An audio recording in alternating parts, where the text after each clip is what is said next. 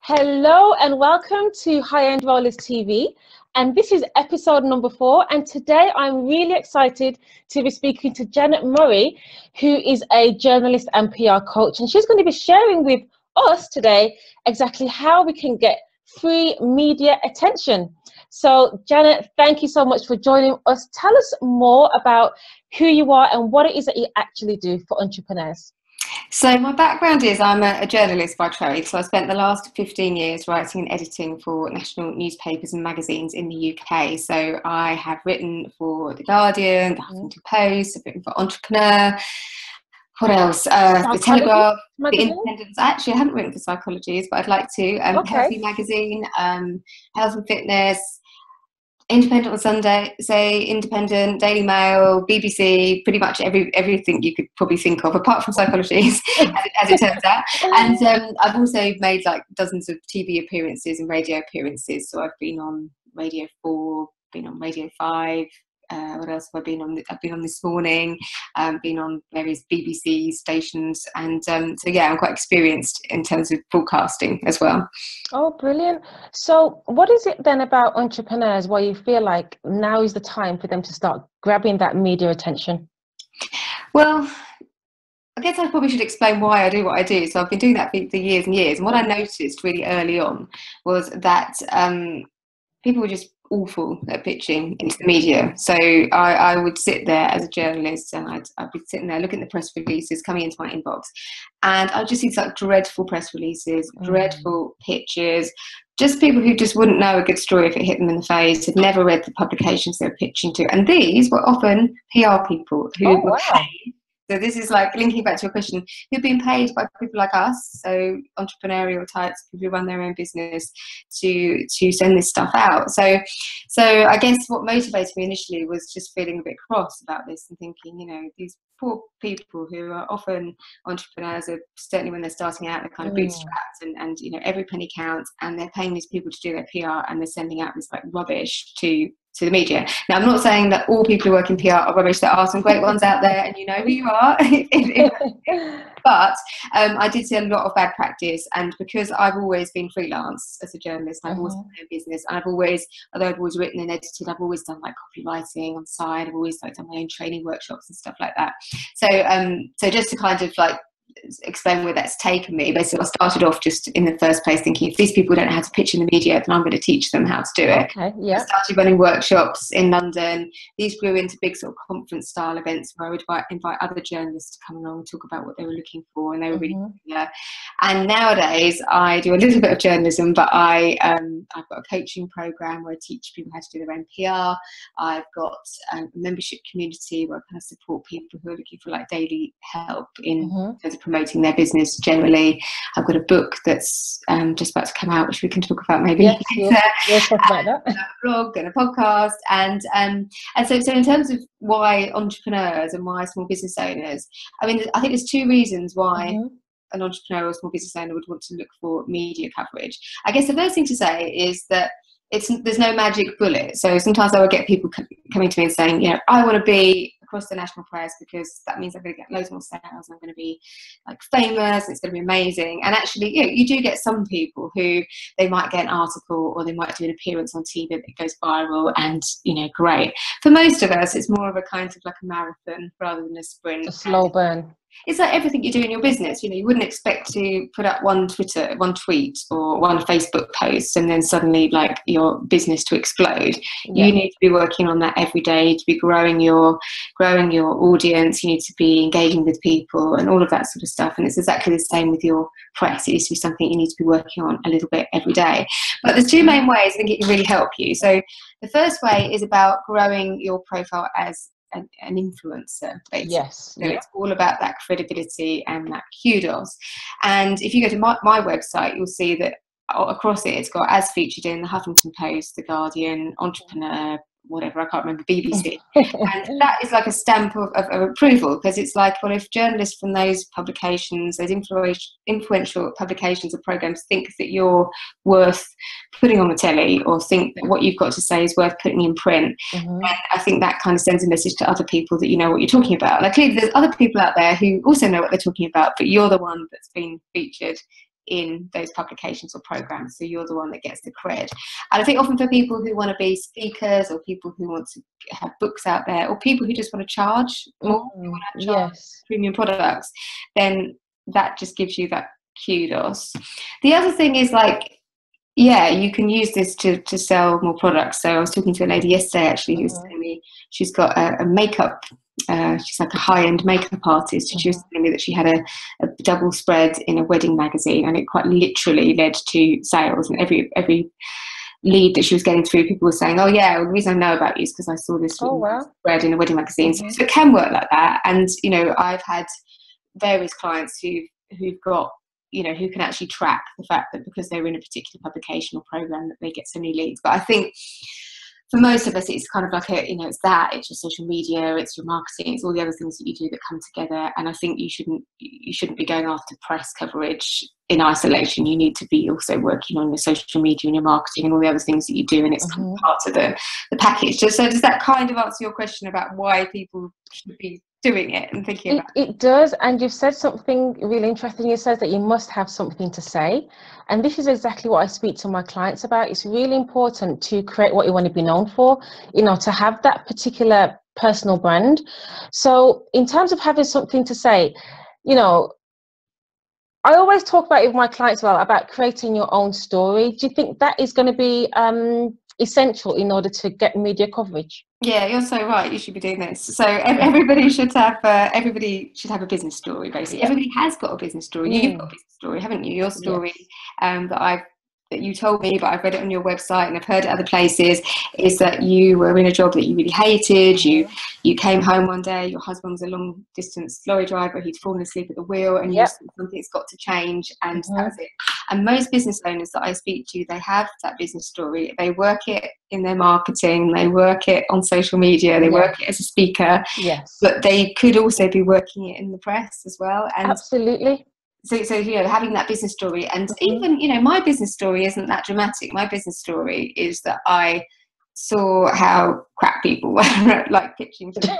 You know, that's my story. I just, like a journalist, I was fed up of seeing all these awful press releases. I was fed up of seeing entrepreneurs and small business owners like getting ripped off, in my mind. So I decided to do something about it. Now, it's not as dramatic as your story, and there's still more dramatic stories out there, but I think it's something that people can identify with, and it's very honest and very authentic, because that's, you know, the work I do. I think most of us do comes from a really authentic place. It comes from, you know, in your case, it comes from like you needed to make a change in your life. In my case, it was like, I just want to help these people. You saw a problem. You literally saw a problem, and it was because what I always say as well is when you're so passionate about something and then you see other people that are in your field doing it wrong, you have to do something about it. You have to be that voice to say, look, that's not how to do it, and this is exactly how it's done.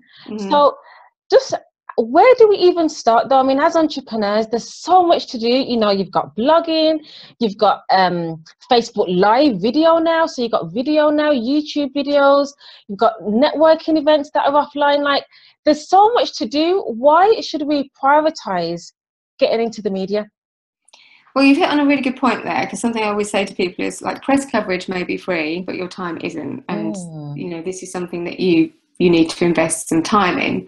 And I think I've kind of explained some of the reasons why it's a good idea to do, because it's building you as an influencer. It's making you seem, even if you're not more knowledgeable or credible than other people, it is making you seem. And I think most people probably, and you'll know more about this because you're the expert, but I suspect that most people probably would be more likely to hand over cash for a high-end coaching program to somebody who's been featured in high-profile media outlets, somebody who hasn't. Now, that's not to say that maybe, you know, they're not as good, but it's just something you can do to enhance your profile, and it's a social proof, isn't it? It is, and that's what you got to think about as well. It's like, you know that you're good at what you do, but not everyone else does. And it's like, unfortunately, we live in a society now where it's all about how you look on Google. It's all about being searchable, you know, being Googleable, and it's all about your blueprints, your online blueprints online. And this is why media is really, really important.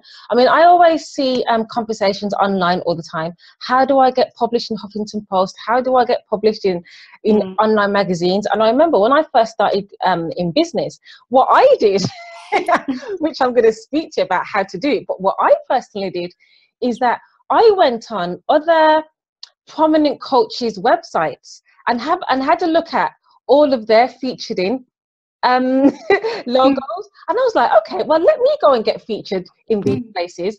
And the thing is, it's not like I had massive experience of, you know, press releases or how to contact influencers. What I literally did was I found the journalist, and I literally just tweeted them, and then I sent my blog over to them, and it was just as simple as that, and they published it literally the same day, and it wasn't difficult. I think that a lot of the time people can tend to really overthink this, and that's the reason why I was really excited to have you on, because you're going to be sharing with us exactly how you can do this for free. So that was how I how I did it when I first started. Well, you did it right, you see, and I guess the reason that I'm good at this thing is because when I first started in journalism, I freelance. And basically, if I couldn't sell stories into the media, and in this case, it was always me writing them, if I couldn't convince a journalist that my story was great and they needed to run that story and I was the right person to write it, then I didn't eat. I couldn't pay my bills. So I got really good at doing just what you did. It's just being scrappy and using your common sense. And this is the thing about entrepreneurs, which was why I think, why waste your money on this? Because often entrepreneurs are just like you. They're like, they see an opportunity and they just think, I want to do that. How do I do it? And then they just go online and they go, oh, okay, well, maybe. And often when I interview people for my podcast, actually, it's often the people who've got the best media coverage. They've often just thought, oh, I want to be in Huffington Post. Like, what do I need to do? And then they just go and like work it out. But I appreciate that people are busy, and sometimes you don't always have the time. So the things that I teach people. So I'm trying to think of the best way around to think about it. But what I normally do when I'm coaching people, I take people through. There's some questions that I take people through first of all. The first question, and this would probably be what you would do in any kind of coaching, is I say, like, why are you doing this? Why do you want to get coverage? So because some people, it's just their ego basically, and we all like the idea that we might be in the Sunday Times, or we might be in like Grazia magazine and be able to show our friends, but actually if that's not getting us in front of the people that we need to get in front of to achieve what we want to achieve, then it's kind of a bit of a waste of time. It's nice, but it's kind of a bit of a waste of time. So I always get people to say, right, what is it that you're trying to do? So for some people it might be that they are trying to build their profile because they want to get more speaking opportunities. That's quite a common one. Sometimes it can be because they want to raise their profile so they can charge more. For other people, it might be that they literally want to shift units of, they've got a membership program or something and they just literally want to kind of sell widgets, if you like, and that's all fine. It doesn't matter what it is, it's just that you're clear.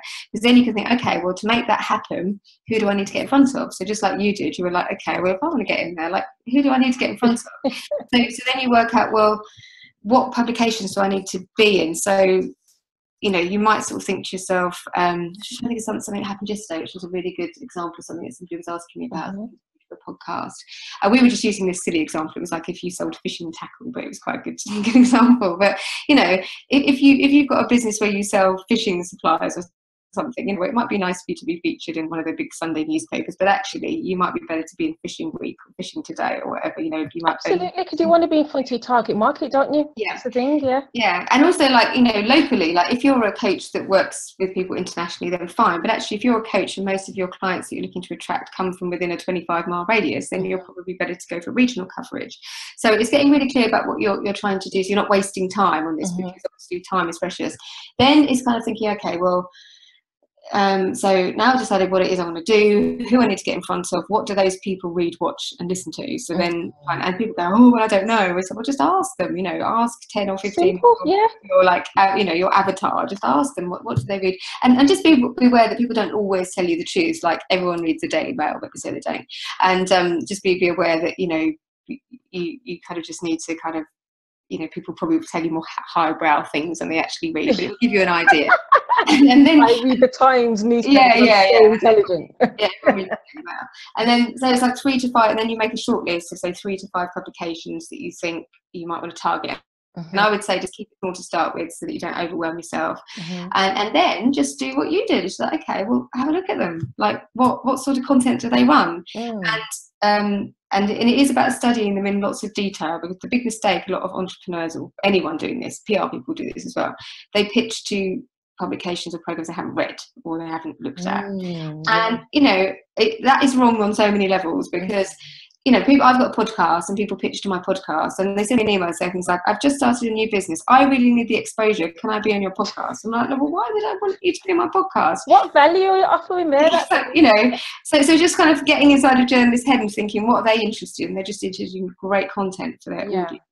And so instead of you trying to tell the story that you want to tell, it's like, well, what do they already cover? How could I fit in, basically? So how can you be an asset to them? Yes. Yeah. How can you add value? So it's not about just going, I've got this story that I want to tell. It's like, okay, well, I've noticed that on page 26 every week they have an interview with a small business owner, and actually they interview people like me. So maybe I could offer myself for a slot. And you're almost making yourself into a solution as well, because we have this idea sometimes that when you're pitching to journalists that you're being a pest and you're being annoying. Now, I've been that journalist with an empty page to fill, and I've been that journalist who's kind of like almost crying because I haven't got the right story, you know. And so remember that you're not a pest, you're actually potentially solving a problem, and you're helping that person to go home earlier. I love that. When their page is finished, you're helping that person to you know, get a pat on their back from their boss if they come up with a really nice piece of content, just making their life easier. But you can only do that if you've really kind of scrutinized it. And actually, I'm just going to show you something. Yep. So let's just say, for example, that you wanted to get into Runners magazine, you know. Yeah. Let's just say you had some kind of business where you were in the fitness industry or something. What you literally would do is you go through this and you basically, and it sounds really obvious, but you look at what's on every page and you notice that they have a lot of adverts. But you just go through and say, oh, I've noticed that they have so many features. You know, they have 2 big features. Here's an example. So on their back page, I'm a runner. This is an interview with Linda Barker. Well, she's a famous person. If you ever look at a few back issues, you'd probably think, I'm probably not going to get in that one because they only do famous people on that back page. But you might find, I haven't picked this up and looked at it this way before, but I'm so used to doing it, I can do it in like minutes. But you might find that they have, let's see if I can find one. They've got a big feature here about overtraining, and you might sort of, you know, have a look at a few back issues, get a feel for the kind of themes that they tend to run, and you might have an idea for something that you could suggest to them. Just seeing if I could find something that is like a regular slot. Now I'm on here, I probably can't. If you've got a product, you know, you might notice that they have these look like they're sort of like little news and product roundup. So it's really just about scrutinising and looking at what they do. How can you fit in it? And the other way I often put it to people is like, it's like, you know, those children's toys, like those shape sort of things. Oh yeah. You have to put the shaped, you know, the square shape into the square shape, and that's essentially what you have to do. What a lot of people do is they try and put a square peg into a round hole. So they've got this story that they want to tell in the media, and they are going to tell it, you know, and you know, they're just kind of going around to different publications trying to sell the same story, and they don't get anywhere. But if you really think, okay, how can I find something square to go in the square hole? How can I, you know, so that's really what you need to do, is really scrutinise and come up with some great content. And then it's about kind of, you know, putting together a pitch, and just like what you did in your sort of scrappy entrepreneurial way, you just sort of thought, okay, you know, if you pick up a magazine like this, you'll probably find, usually at the front, but here it is here, that they have a list of all the 4 pages, and they have a list of all the names of the editors, and you say, okay, my story is a beauty story, so maybe I need the beauty editor, or mine's a sort of general feature, so maybe I need the feature editor. And you go on Twitter and have a look and search, use it as a search engine, and voila, you found the person. So it really is just common sense. The thing is, it's practical, and that's the reason why I've created this show as well. This show, because I'm really passionate about helping entrepreneurs to get more visible, and also to ensure that they're a premium brand as well. But you can actually do this as long as you just set some time aside. Just make the decision, right? Okay, I do want to be featured in the media. You know, I do want to be known as a premium brand. I do want to increase the value of what I offer, and getting into the media actually does that for you as well. And you can do it yourself.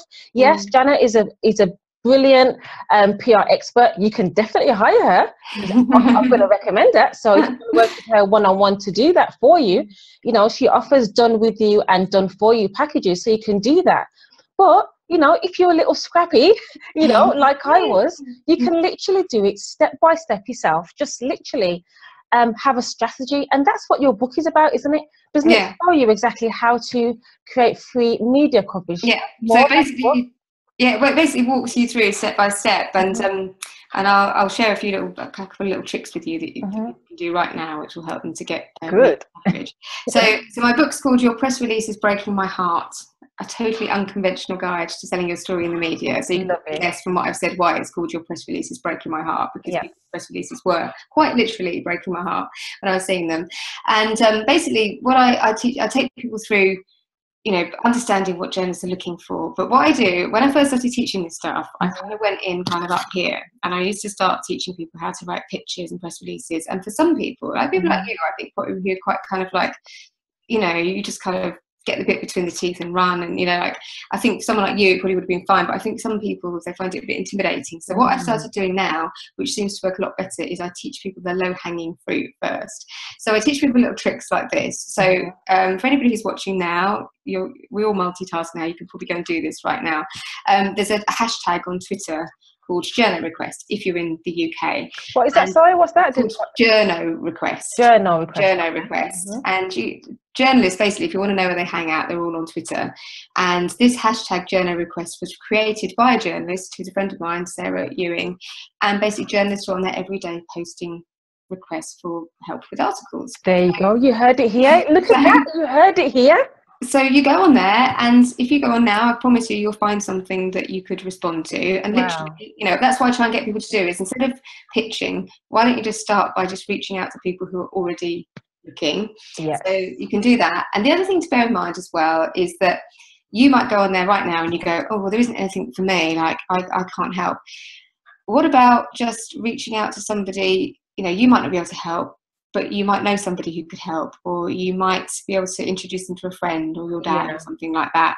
And by doing that, by just taking 5 minutes to say, oh, I think I know someone that can help you with this, then when you have a story that you want to pitch to them, you have opened, you keep the door open, basically. And you can I love it. Remember, I sent you that. So it's about building relationships.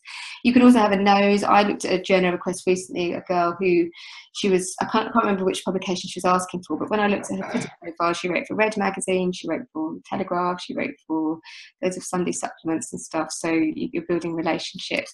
If you're not in the UK, then I need to do some research on this, actually, because I've been talking about this a lot recently, and there will be an equivalent hashtag wherever you are. If you're in the US, actually, I think Help a Reporter Out, they have a hashtag. I use that. So that's worth looking at. So that's something you can do. And I've been on webinars, like I was running a webinar the other day, and there were people quite literally on the webinar saying, oh, sorry, I just switched off for a minute because I was answering a journo request. So it's that immediate. And I've got, you know, one of my clients, she got a piece in Mother and Baby magazine she got her picture and a case study just by replying to a request and sending it to her for 5 minutes. Another one of mine responded to a journal request, and she's a psychotherapist, I think, and I think it was one of the big women's magazines like Woman and Home or something like that, and they were just looking for somebody who specialised in anxiety, and she just you know, and there she was. She showed me she posted the screenshot the other day. She was really chuffed with that, and she was somebody actually who was really quite nervous at pitching journalists at first. So have I got time to tell you a couple more tricks that people can use? Yeah, sure. Am I going over time? Just before we go over, I love that you said low-hanging fruit. I love that because sometimes people can tend to look at such a big, massive picture and think, oh my God, how are they going to reach there? But they don't realize that there's already people within their circle that are actually low hanging, that are willing and able to actually, that they can connect with. And it's what I say to my clients all the time, you know, because as you know, my clients, what they want to do is enroll high end premium clients, but then they think that, you know, it's going to be strangers that they don't know yet. But the thing is, most of the time, your high-end premium client is right there in your circle, on your Twitter, in your Facebook group, your Facebook profiles, and it's there. And, you know, we really should be utilising the people that are around us that we actually know, just like you said.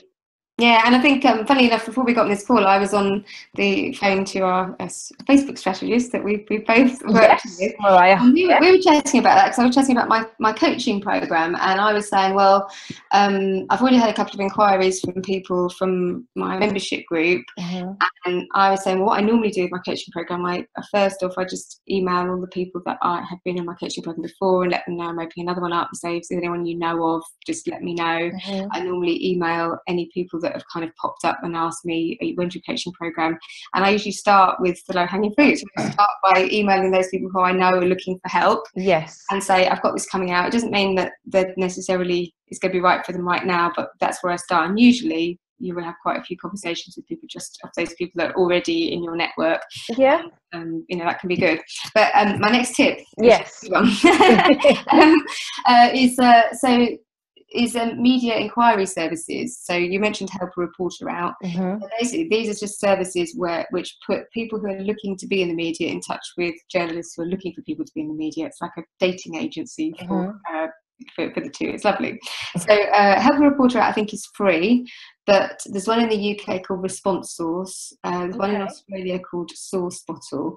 Some of them you have to pay for, but they do have free trials, and it's definitely worth taking a free trial, because what you can do, obviously, by taking a free trial, you can get to understand what journalists from those particular magazines, and they're quite high profile magazines, newspapers, what they're looking for, and TV and radio, and you can start to collect their names, and you can start to put a spreadsheet of their names and go stalking them on Twitter. And if you decide, you know, you might decide you want to invest in it, but even if you don't decide you want to invest in it, then you've still got some value, because you've collected some names and you've got a sense of what people are looking for, and you can respond to those requests in your trial. So that's a really good thing. And there's something else in the UK called JournoLink as well. What else is there?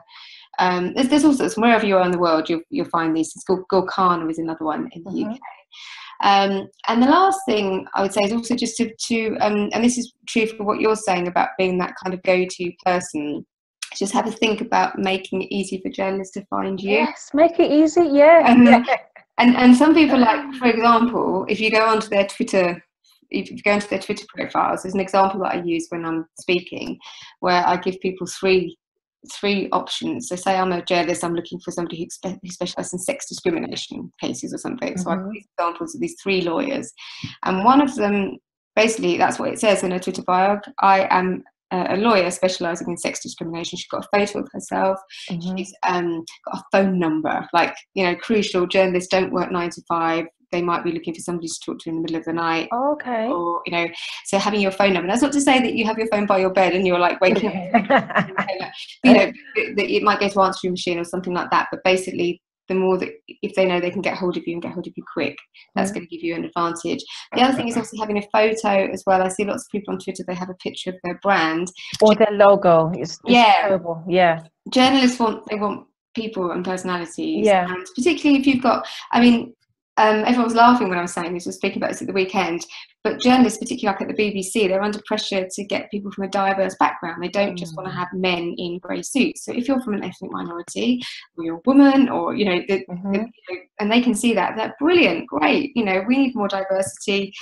She's from an ethnic minority, fantastic, we need more people like that. Brilliant. Or she's, you know, it's a woman, you know, and she looks funky, like someone like you, I think would be like an ideal person Thank you. TV and radio, because you look, you know, you look different, and you look interesting, and you look like you're going to be fun, and I think that's actually a real advantage. So if you've got something about your image which is going to be compelling. A friend of mine, I do quite a lot of radio and TV training, and one of the guys I work with, he often says, you know, TV is like it's theatre basically, and so and often TV researchers will talk about casting. They won't talk about getting somebody to do an interview, they'll be talking about casting. So they're looking for characters, they're looking for personalities. So well, that's good to know. Yeah, so you're perfect, you know, like if I see you as opposed to, you know, a guy in a grey suit, I'll be like, I want her, like, every time.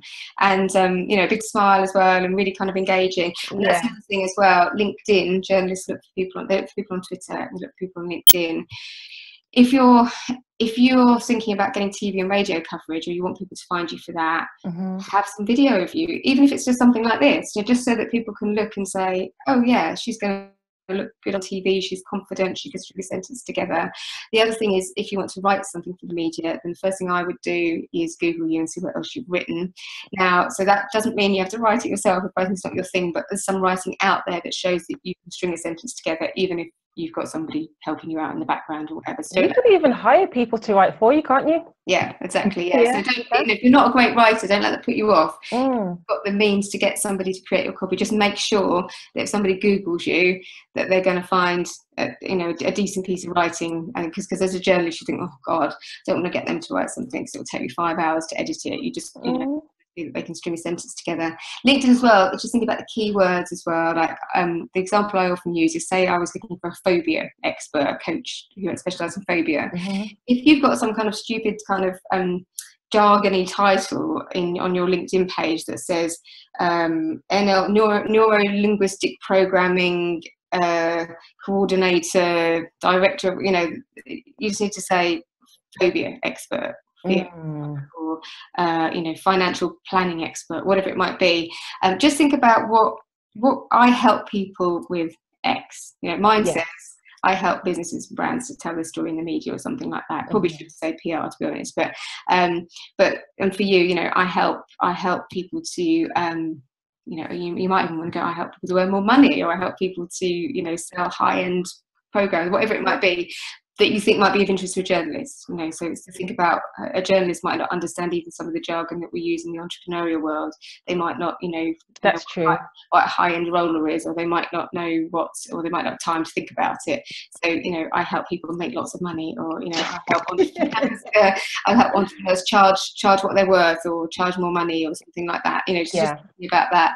So they're all things that you can do right now without spending a penny, and just will take you a few minutes of your time that can instantly optimize your chances of getting coverage. So I hope that's some helpful tips for people. You've given us an abundance of tips there. What I'm going to do, I'm going to be sure to write a list at the bottom of this video as well, because you've mentioned the hashtag or the media sources that you can contact. So what I'll do, I'll make sure that they're below. What I forgot to tell people, Janet, is how we actually met, because one thing that I'm really passionate about with this TV show is that I do have a personal relationship of some sort with everyone that I interview here. So just want to let you know how we met. Really, we met at a mastermind. It was in London, didn't we?